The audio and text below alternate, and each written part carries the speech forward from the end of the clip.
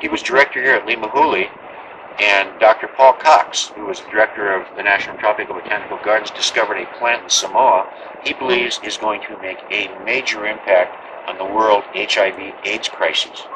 So he took a leave of absence to study this plant, and he's studying it along with Stanford University, and his study was so successful he had to resign his commission.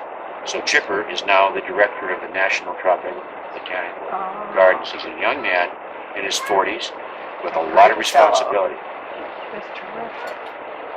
Yeah, so in 1994, Chipper gave Limahuli to NTBG. In 1996, we opened to the public for a tour similar to what you're going to be on today. You're getting the Clinton tour today. How was it prepared? I can't remember. It was so long. How was it prepared for you, Ruthie? As I remember, how was it there? Yeah, then it was baked. It was baked. Baked and scooped it. That's the way the Hawaiians prepare this breadfruit by just burying it in the underground oven. And that's their way of baking it. If they wanted to charbroil it or parboil it, they just put it on the underground fire and cook it that way. Now, when this fruit gets really ripe, it'll fall out of the tree and it'll splatter open. And this is a chance to taste breadfruit raw. I don't know how much my system can stand, but it's really delicious. It tastes like kiwi custard to me. It has a tart taste to it, but it's also sweet. Lahela and her family eat it. I mean, I haven't eaten a lot of it. I just tasted it with my fingers.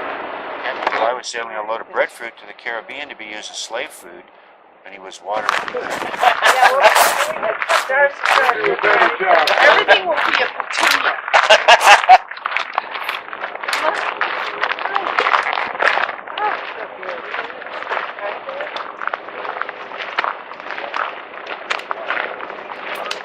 Now, these terraces you folks are looking at are called lo'i. L-O-I is a Hawaiian word for terrace. These lo'i are about 2 miles back to the waterfalls at the back of the canyon or the valley, as well as all the way across the road to the sand dunes on the beach. Now, the lo'i to the left of this path, this area right here, have been restored. The lo'i to the right of this path over here have not been restored. And this particular area of lo'i have been carbon dated to be approximately 700 years old. Now, I want you to understand that the ancients dry stacked their walls. You see no concrete or mortar in these walls. They're all put together like a jigsaw puzzle. So look at those 700-year-old rock walls over there, compare them to these restored walls, and you can see these folks were highly skilled masons. Not only were they highly skilled masons, they were aquatic engineers because these lo'i were built for agricultural purposes. Of course, it was going to need to be irrigated. So what they did is they built little alvae, like this little break right here in the wall, and they could control. And this is how they basically watered their crops. They diverted water from the stream at the very top, and through gravitation, irrigated each individual crop, and when they were done with that water, they would send it back to the stream, because they came to learn that all native Hawaiian freshwater life must have access and egress to the ocean, because that's where these creatures start their life cycle. And because this freshwater life here was a big part of their diet, so as not to compromise their food chain, they would never divert more than 50% of the water from its original source of stream, and they always return that water back when they were finished with it. So if any of these creatures got caught in these irrigation canals, at least they had a chance to get back to the stream. So they were very ecologically minded, really on top of things. Now this tree right here is a jackfruit tree. It's a relative of breadfruit. You can see the two trees look nothing alike. There's a whole lot of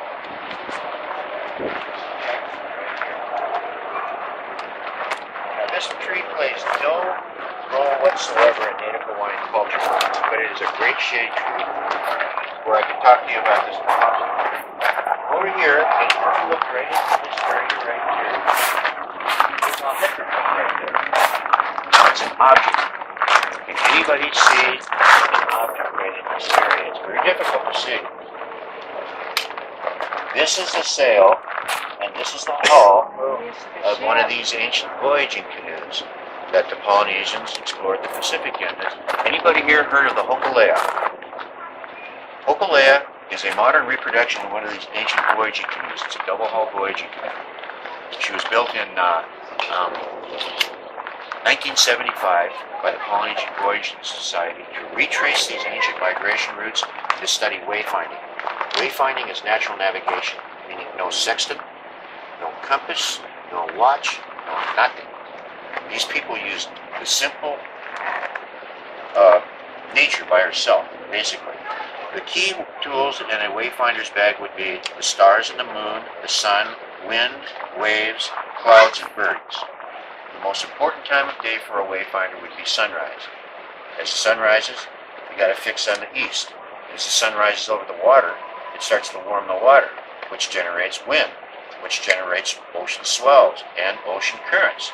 Now, say the sun disappears behind a bank of clouds. Well, the wayfinder still knows where the wind is blowing from. Say the wind dies, the wayfinder still knows where the ocean swells are coming from. Now the sun sets. A wayfinder had to know a minimum of 220 different stars in his or her hemisphere to be able to accurately navigate one of these voyaging canoes. Stars rise and set in the ocean in the same place every night, like the sun. So they would watch the stars coming out of the ocean, and they knew exactly which star was which, and they lined them up with the notches. They put notches on the front of the canoe and notches on the back of the canoe. So these stars are coming out at all different places, so they have to get a fix on that in their little computer head. And as the star rises overhead, you lose your perspective because the canoe could swing. But when that star sets, if it matches the canoe's, the notch on the back where it came out in the front, you're going in a straight line. So this is how they navigated at night. Now, a young man by the name of Nainoa Thompson decided he wanted to be the first Hawaiian to navigate a voyage canoe in 600 years. So he went to Micronesia, and he found this. There were probably 3 or 4 wayfinders left on the face of the earth. And he ferreted around and found this old man by the name of Mao and convinced him to come back to Hawaii and sail Hokulea to Tahiti and back. So Mao came and taught as much wayfinding as he could. Then he sailed successfully to Tahiti and back. No compass, no nothing. That proved they could do it. Now Nainoa was thrilled, but Mao says, "You folks are a bunch of idiots. I can't teach you anymore. You don't understand," because they didn't understand the indigenous ways. But Nainoa persisted. He went and he convinced Mao to teach him the fundamentals of wayfinding.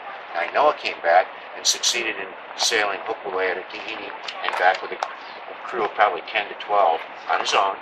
Then he sailed her to New Zealand and back. In 1996, Nainoa, I believe it was 96, Nainoa and Hokulea completed the third leg of the Polynesian Triangle, which is New Zealand, Hawaii, and Rapa Nui.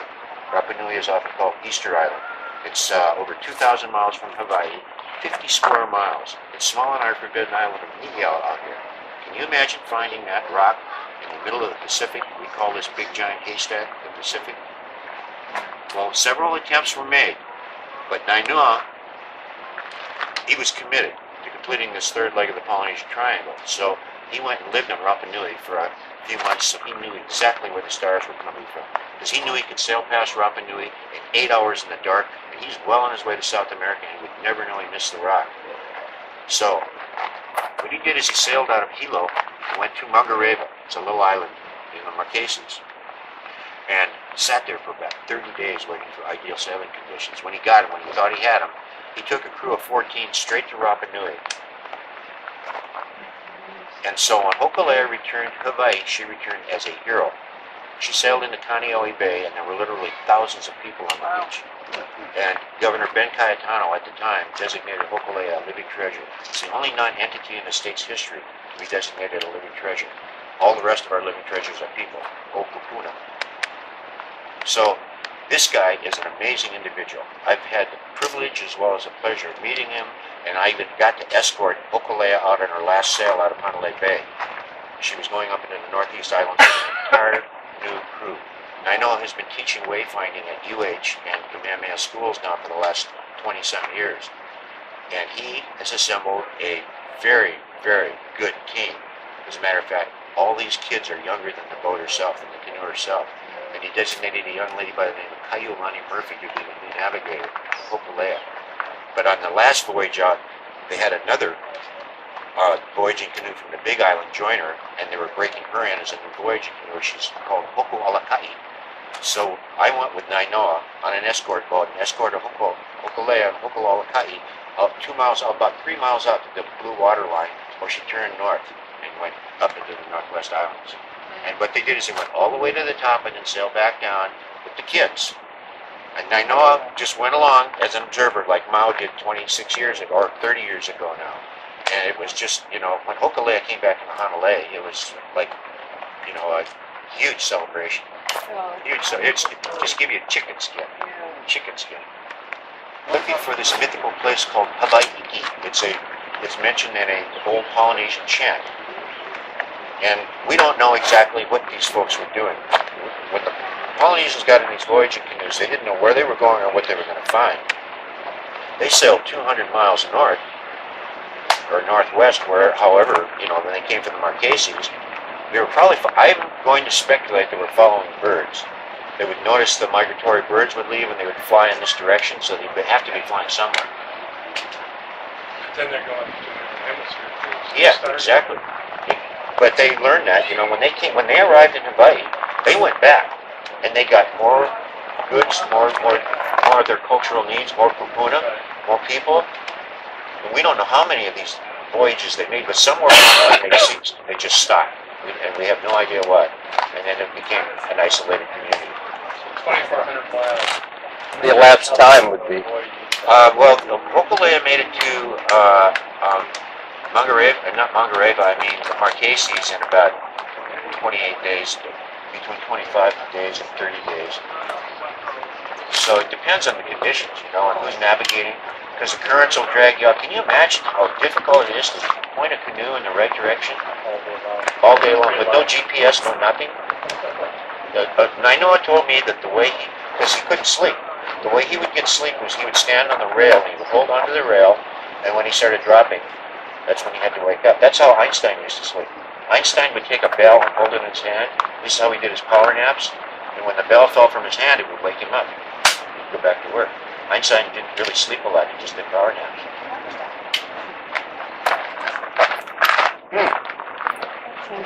So this is the entire Hawaiian culture.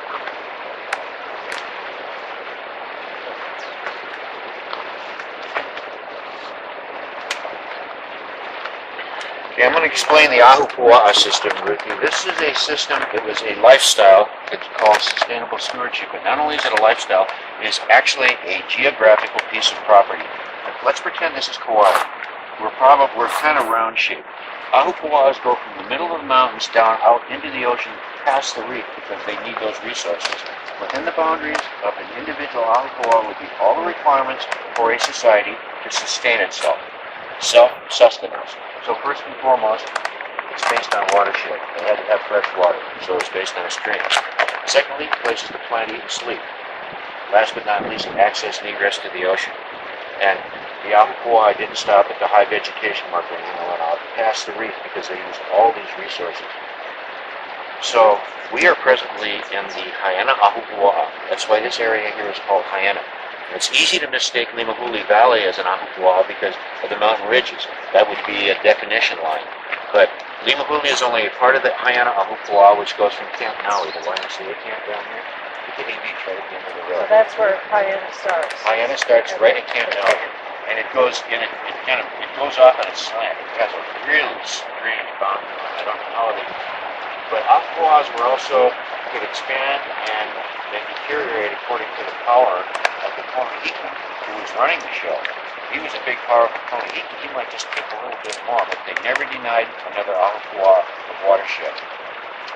So this, according to horticulturists and anthropologists, is perhaps one of the most successful lifestyles in human history, because these folks didn't need anybody except themselves.